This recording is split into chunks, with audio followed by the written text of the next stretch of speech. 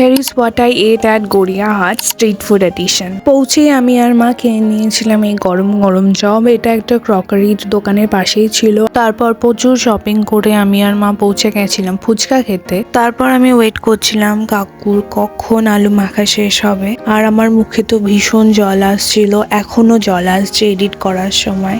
আর একটু দেরি হলে নিজেই মেখে নিতাম।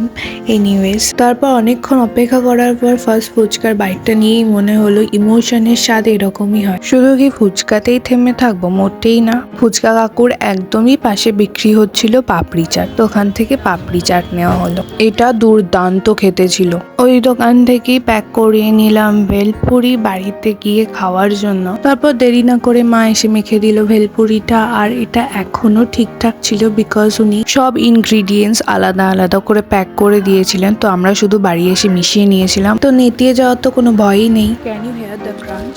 তারপর রাতের বেলা একটু খিদে পেয়ে গেছিল, তো খেয়ে নিয়েছিলাম একটা রুটি, ফুলকপির তরকারি আর একটা ডিম। আর আমি গড়িয়াহাট থেকে গিয়ে কিনলাম, তার হল ভিডিও খুব তাড়াতাড়ি আমি আনবো, তো সাবস্ক্রাইব করে রেখো যাতে তুমি একটা ভিডিও মিস না করো। তারপর had my night ritual green tea খেতে খেতে শুনে নিচ্ছিলাম সানডে সাসপেন্স সর্বনাশিনী।